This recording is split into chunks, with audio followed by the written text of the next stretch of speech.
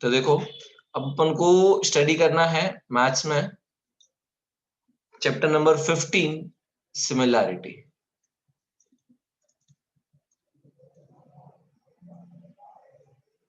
तो सबसे पहले ये सोचो कि सिमिलैरिटी का मतलब होता क्या है, what exactly the meaning of similarity is. देखो, तो मैथ्स में ना ये जो चैप्टर ज्योमेट्री का है, इसके अंदर दो वर्ड आते हैं जिसके अंदर हम बहुत कंफ्यूज हो जाते हैं। अपन बोलते हैं कि यार ये तेरे जैसा है, अपन ऐसे बोलते हैं ना कि यार ये एकदम तेरे जैसा है। अब एकदम तेरे जैसा है और एक ये तू ही है, फर्क होता है ना दोनों में। कि जब अपन बोलते हैं ना कि भाई ये तू ही है, तब अपन यूज करते हैं ये सेम टू सेम तू ही है, पूरा तेरा कॉपी है, एग्जैक्ट कॉपी है, तो अपन उसका उसका मीनिंग होता है कॉन्ग्रुएंट। क्या होता है उसका मीनिंग? कॉन्ग्रुएंट।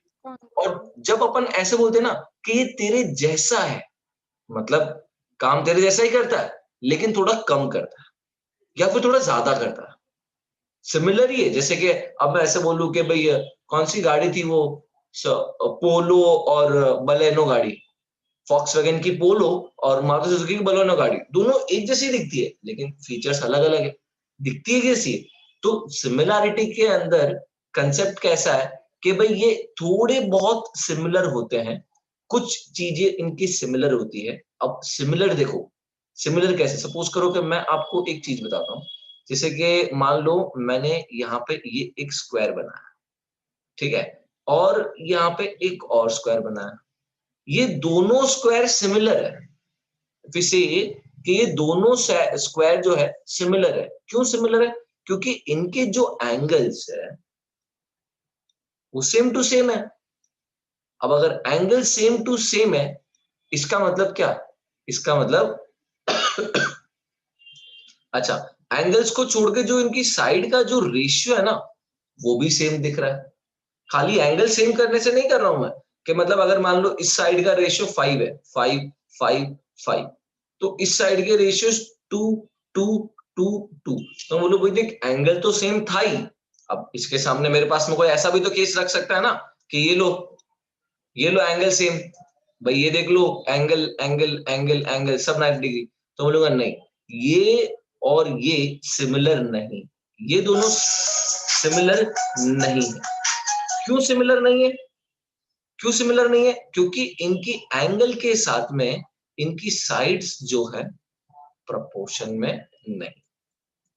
ठीक है, तो अभी मैं आपको ये चीज नहीं सिखा रहा हूं कि भाई सिमिलैरिटी और कॉन्ग्रुएंसी के बीच में क्या डिफरेंस है ना, वो तुम लोग समझ गए हो, उसको अभी अपन नोट करना भी नहीं है। अपन हमें अपने चैप्टर में पढ़ना है कि सिमिलैरिटी जो है वो एग्जैक्टली हमें इस चैप्टर के अंदर कैसे करना, how do we have to solve similarity in this chapter. ठीक है, तो अगर मैं आपको सबसे पहली बात जो सिमिलैरिटी के अंदर मैंने बोली कि इसके अंदर ना अलग अलग कंडीशंस है, और हमें सिमिलैरिटी किसकी चेक करनी है। आगे जब तुम मैथ्स करोगे ना, तो अभी तो हम सिमिलैरिटीज ऑफ ट्रायंगल्स कर रहे हैं, अभी तो अपन सिमिलैरिटी सिर्फ और सिर्फ ट्रायंगल्स के अंदर कर रहे हैं। आगे तुम देखोगे ना तो सिमिलैरिटी, और अपने आईसीएससी के अंदर तो सिमिलैरिटी ऑफ ट्रायंगल्स के अंदर एक और पार्ट भी है, सिमिलैरिटी ऑफ मॉडल्स। मतलब मॉडल्स को देख के और एक्चुअल जगह को देख के या फिर एक्चुअल ऑब्जेक्ट को देख के हम बताते हैं कि भाई यार ये अगर मॉडल इतना बनाया तो ऑब्जेक्ट कितना बड़ा बनेगा। ऐसा तुमने देखा होगा कि अपने स्कूल जो होती है, तो स्कूल की पूरी बिल्डिंग विथ ग्राउंड राउंड सब कुछ एक छोटा सा एक ऐसे मॉडल में बनाया होता है, एकदम 3D शेप में, उसमें बिल्डिंगे भी खड़ी की हुई होती है, देखा होगा आपने, है ना। तो वो मॉडल है। ऑब्जेक्ट क्या है? आपकी स्कूल। मॉडल क्या है? वो छोटा सा ऐसा, वो चीजें अपन मतलब शेप्स फिगर्स पूरा बना सकते हैं ऐसा। अब अगर मान लो कि मेरे को ऐसा बोले कि भाई है ना ये मेरे पूरे घर का है ना या फिर मेरे पूरे रूम का है ना, तुम एक मॉडल बनाओ, तो सबसे पहले आप क्या करोगे, भाई ये पूरे रूम की सेंटीमीटर्स में साइज देखो। फिर मान लो रूम की सेंटीमीटर में अगर इसकी 30 मीटर साइज है ऑब्जेक्ट की, तो मैं इसको डायरेक्ट डिवाइड बाई 30 कर दूंगा, कितना हो गया 1 मीटर मॉडल की ऐसी साइज। फिर इस साइड देखूंगा तो मैं भाई ये है 20 मीटर, तो भाई वो 20 मीटर को भी डिवाइड बाई 10 कर दूं, सॉरी 30 कर दूंगा, इसको भी डिवाइड, तो 0.6 मीटर। तो ये मैं क्या कर रहा हूं, ये जो चीज कर रहा हूं ना, इसको अपन बोलते हैं प्रपोर्शन। क्या बोलते हैं इसको अपन? प्रपोर्शन।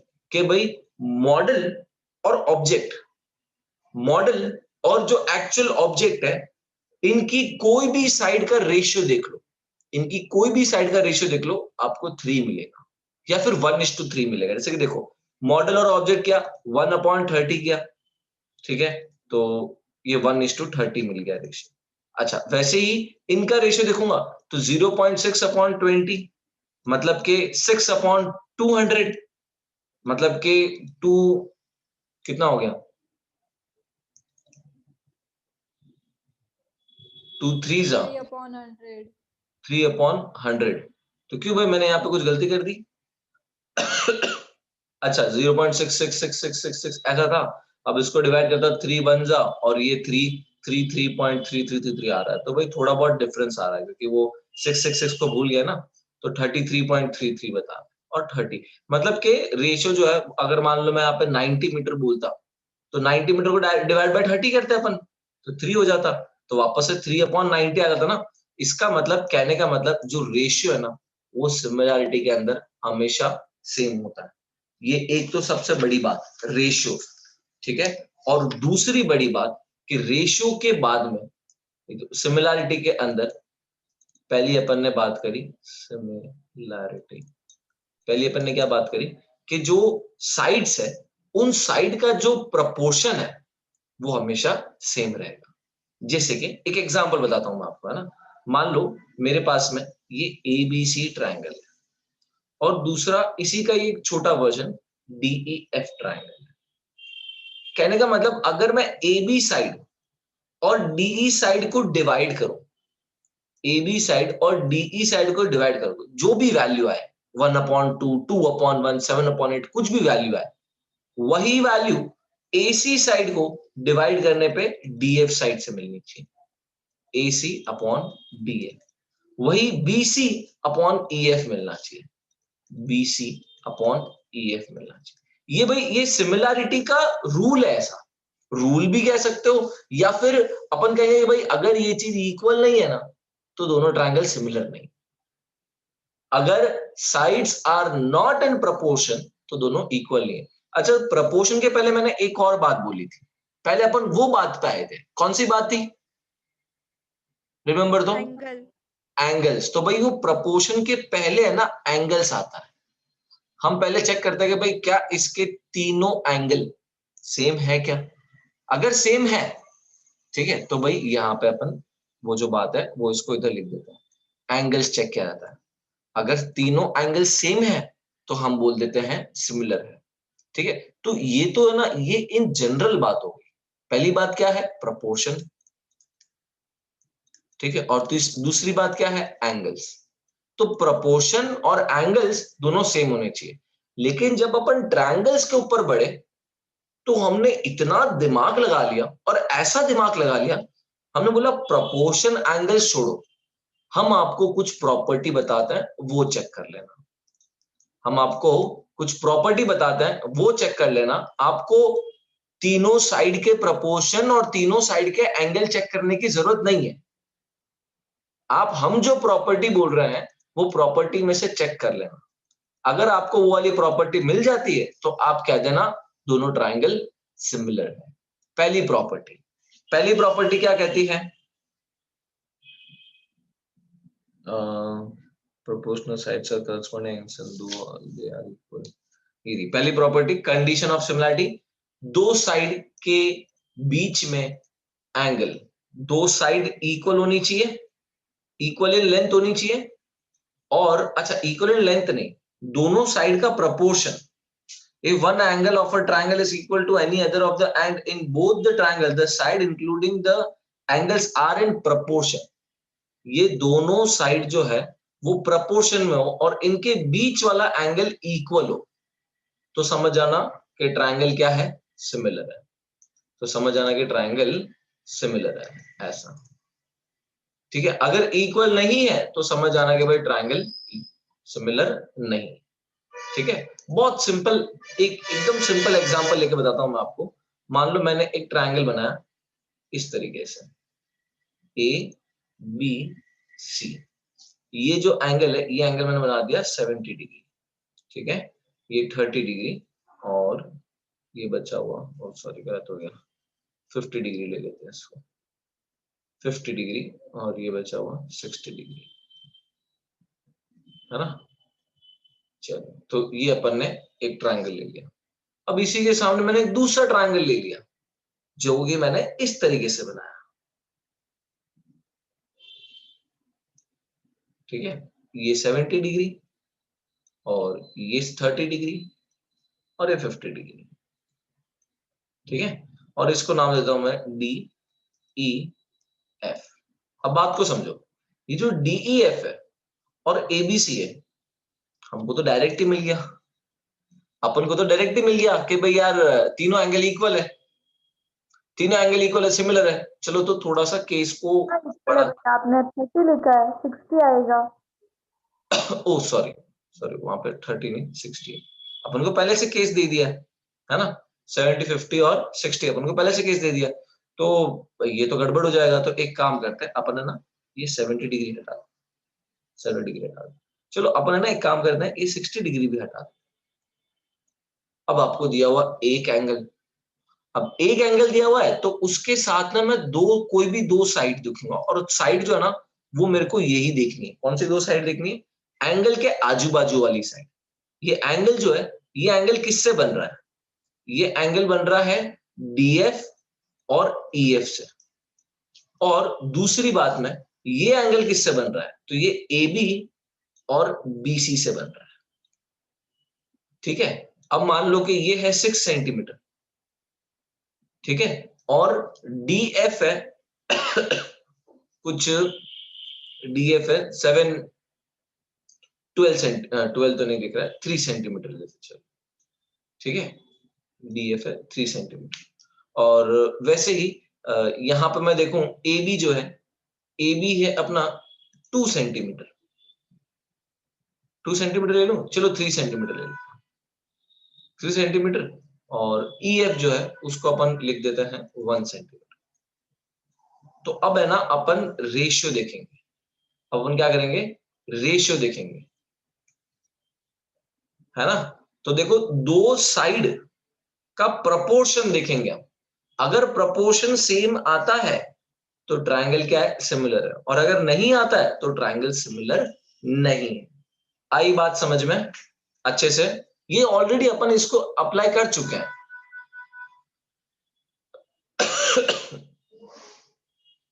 तो देखो, बी, ठीक है, बीसी, अगर मैं बीसी में डिवाइड कर दूं ईएफ, चलो डीएफ थोड़ा डिवाइड करने पे सही लग रहा है, आप कैसे भी कर सकते हो इसको, है ना। तो बीसी में डीएफ डिवाइड किया, और दूसरे साइड में मैं डिवाइड करूंगा ए बी, तो ये ई है, ठीक है, ए बी और ई एफ को डिवाइड किया। तो अपन चेक करेंगे बीसी अपॉन डी एफ कितना है? BC, BC upon D F है 6/3, यानी कि 3 1 जा 2। और A B upon E F, तो A B upon E F करेंगे तो भाई कितना आ रहा है? 3/1, 3, ठीक है। तो भाई क्या पता चला? ये 3 है, ये 2 है ना, मतलब कि ये दोनों इक्वल नहीं है। अब अगर ये दोनों इक्वल नहीं है तो इसका मतलब ट्रायंगल आर नॉट सिमिलर। आई बात समझ में? ट्रायंगल सिमिलर नहीं है। तो ऐसे ही है ना, अपने पास में बहुत सारी प्रॉपर्टी दी हुई है। प्रॉपर्टी 1, प्रॉपर्टी 2, प्रॉपर्टी 1 है दो साइड के बीच वाला एंगल सेम होना चाहिए और दोनों साइड इक्वल होनी चाहिए, मतलब दोनों साइड का रेशियो जो है वो इक्वल होना चाहिए, ठीक है। फिर उसके बाद में प्रॉपर्टी 2 क्या कहती है? कंडीशन 2, कंडीशन 2 कहता है अगर दो एंगल सेम हो गए या फिर अगर तीनों एंगल सेम हो गए तो भाई आप कह देना कि दोनों ट्रायंगल सिमिलर है। आपको शक की गुंजाइश ही नहीं, तीनों एंगल सेम हो गए। ट्रायंगल की बात कर रहे हैं, स्क्वायर के अंदर और रेक्टेंगल के अंदर फर्क आ जाता है। ट्रायंगल की बात कर रहे हैं, अगर दो एंगल सेम है तो मतलब मान लो कि भाई ये 60 डिग्री है और ये 50 डिग्री है, तो तीसरा एंगल देखने की जरूरत नहीं, क्या वो एंगल सम प्रॉपर्टी से उतना ही आने वाला है जो दूसरे ट्रायंगल के अंदर आएगा, है ना। अगर ये 60 डिग्री, ये 50 डिग्री दे दिया है तो भाई जो यहां पे आएगा वही यहां पे आएगा, दोनों ट्रायंगल सिमिलर है। अच्छा अब देखो एक चीज तुमको बता देता हूँ, सिमिलैरिटी लिखते कैसे। तुमको पहले भी मैंने शायद सिखाया हुआ 9th में भी, है ना, ABCDEF। तो हम क्या करते हैं ना, सबसे पहले ये देखते हैं 60 डिग्री वाला कौन सा है, ए एंगल है। वैसे यहां पे देखेंगे 60 डिग्री वाला कौन सा एंगल है, तो ई एंगल है। ठीक है, तो ये इस तरीके से शुरू कर रहा हूं। वैसे फिर देखूंगा 50 डिग्री वाला कौन सा एंगल है, तो 50 डिग्री वाला एंगल है डी और बी, तो यहाँ पे बी लिख दूंगा और यहाँ पे डी लिख दूंगा। तीसरा एंगल कौन सा बचा, सी, और यहाँ पे बचा एफ। ये हो गया सिमिलैरिटी लिखने का तरीका। अच्छा इसको मैं ऐसे भी लिख सकता हूँ, ट्रायंगल बी लिख दिया पहले 50, तो यहां पे भी 50 डिग्री वाला कौन सा एंगल है, डी। ठीक है, फिर ए लिख दिया, तो यहां पे 60 डिग्री वाला कौन सा एंगल है, ई। फिर सी लिख दिया, तो भाई ये सी। इस तरीके से ये भी लिख सकता हूं।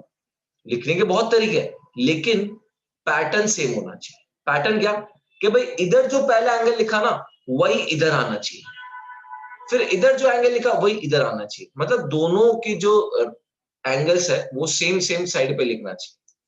ठीक है, जब ये दोनों इस तरीके से लिखे जाते हैं ना, मतलब अगर आपको कभी एग्जाम के अंदर कंडीशन भी दे दी जाए ना, ऐसा बोल दिया जाए कि भाई गिवन, ऐसा कह दिया जाए कि भाई given triangle DEF is similar to triangle PQR, अगर ये चीज दे दी जाए ना तो इसके 3 और 3 6 मतलब निकलते हैं। 6 मतलब क्या है, पहला angle D is equal to angle P, angle E is equal to angle Q, और angle F is equal to angle R। ठीक है, ये फर्स्ट सेकंड थर्ड। दूसरा मतलब क्या निकलता है, जो और 3 मतलब जो है वो कहता है कि भाई DE अपॉन PQ, ठीक है, is equal to EF upon QR is equal to DF upon PR। ये चीज आपको ये और 3 चीजें, ये तीनों साइड्स के जो रेशियोज है वो सेम। आगे और भी 2 चीज सुनने में आएगी, अभी अभी नहीं कर रहे उसको अपन, अभी ये चीज यहां तक कर रहे हैं ना, और फर्स्ट एक्सरसाइज के अंदर अपन को इन्हीं चीजों का एप्लीकेशंस करना है। हाँ, 2 ट्रायंगल को या तो सिमिलर दिया होगा या तो सिमिलर प्रूफ करना होगा, और प्रूफ करने के बाद में आपको इन चीजों में से कोई एक चीज यूज करनी होगी, ऐसा। ठीक है, समझ रहे हो ना बात को, कैसे क्या करना है अपन को।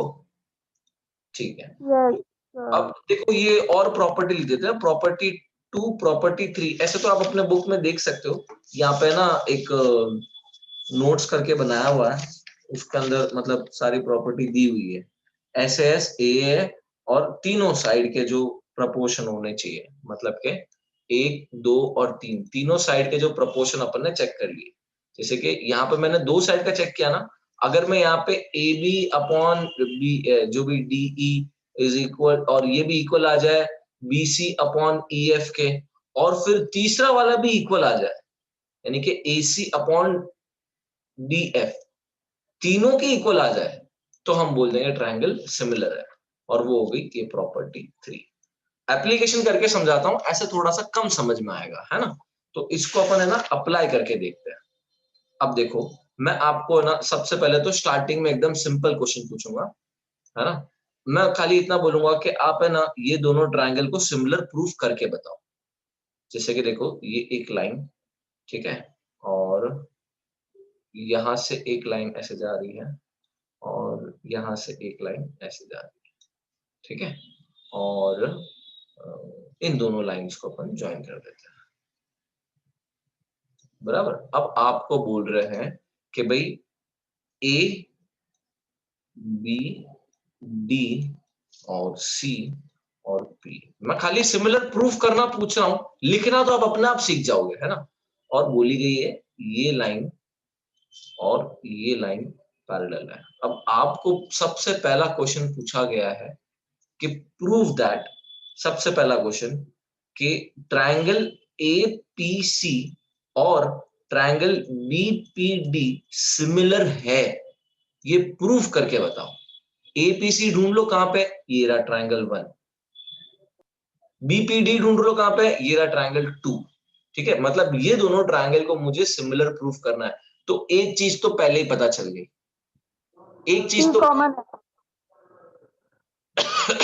हाँ, P कॉमन नहीं, P कॉमन नहीं। जब दो लाइन इंटरसेक्ट करती है तो इसके अपोजिट एंगल्स इक्वल होते हैं। वापस सुन लो मेरी हाँ बात, जब दो लाइन इंटरसेक्ट करती है ना, दो लाइन जब इंटरसेक्ट करती है तो इसके दोनों एंगल्स इक्वल होंगे, यानी कि ये जो एंगल है ये एंगल के इक्वल होगा। तो अभी तो एक ही एंगल इक्वल प्रूफ हुआ, अभी तो एक ही एंगल इक्वल प्रूफ हुआ है, और A B and C D intersected B, बस बराबर इतना ही दिया हुआ है। तो इसका मतलब ये हो गया, मतलब मान लो ये 1 है तो ये भी 1 है। अब दूसरी, किसी को और कोई बात समझ में आई हो तो? एंगल C और एंगल D होंगे क्योंकि अल्टरनेट एंगल है वो शायद। वेरी गुड, यानी कि एंगल ए सी पी और एंगल बी डी पी, ये दोनों एंगल इक्वल है। मतलब अगर ये 2 तो ये भी 2। ठीक है, अब देखो कैसे, कैसे मतलब कि अगर दो लाइन पैरेलल है और उसके वहां से एक ट्रांसवर्सल जाती है, तो इसका मतलब अगर दो लाइन पैरेलल है, ठीक है, ये दो लाइन अगर पैरेलल है और इसके यहां से ये ट्रांसवर्सल जा रही है, तो ये जो एंगल है, ये वाला जो एंगल है वो यहां पे इस एंगल के इक्वल होगा। am I right? Yes. इस साइड में एक मिनट, ये लाइन को मैं थोड़ा सा एक्सटेंड करके, ये लाइन को एक्सटेंड करके आपको पूरा इसके अंदर बता देता हूँ। ये एंगल और ऊपर वाला एंगल ऐसा, यानी कि अगर दो लाइन पैरेलल होती है तो उसके अंदर कैसे करते हैं अपन के भाई ये एंगल और ये एंगल इक्वल होंगे। इसी तरीके से इसको आप टिल्ट करके देखोगे तो आपको समझ में आ जाएगा कि भाई ये एक पैरेलल लाइन है और ये एक पैरेलल लाइन है, ठीक है, तो बीच में से अगर एक ट्रांसवर्सल जा रही है तो भाई ये एंगल और ये एंगल इक्वल। ठीक है, तो अपन इसको नाम दे दिया है ऑल्टरनेट एंगल। चलो बढ़िया, यानी कि 2 और 2 भी अपन को समझ में आ गया। उसी तरीके से ये 3 और 3 हो गया। उसी तरीके से भाई ये पैरेलल लाइन, ये पैरेलल लाइन और ये एक ट्रांसवर्सल, ठीक है, तो भाई इधर का जो एंगल है वो ऊपर के साइड में ये एंगल से इक्वल होगा, अल्टरनेट एंगल। तो भाई ये 3 और ये भी 3, जबकि ये बोलने की जरूरत ही नहीं थी, ये बोलने की मुझे जरूरत ही नहीं, क्योंकि दो एंगल इक्वल हो गए है ना यार, दो एंगल इक्वल हो गए हैं, तो भाई तीसरा angle automatically angle sum property से इक्वल हो जाएगा। तो इसके हिसाब से अपन बोल सकते हैं कि भाई ये दोनों ट्रायंगल सिमिलर है। अब जब भी ऐसे दो ट्रायंगल सिमिलर करने के लिए बोला जाए ना, तो आपको पहले से ही हिंट समझ जाना। हिंट क्या समझना? भाई ए एंगल और बी एंगल को चेक करना है सेम है क्या। पी एंगल और पी एंगल को, मतलब कि एपीसी, एपीसी और बीपीडी को चेक कर लेना सिमिलर है, एंगल इक्वल है क्या। और सी एंगल और डी एंगल को चेक कर लेना सिमिलर है क्या। समझे बात को? Yes, sir. ओके, तो इस तरीके से अपन एंगल्स का मतलब यूज करके इसको इक्वल प्रूफ कर सकते हैं।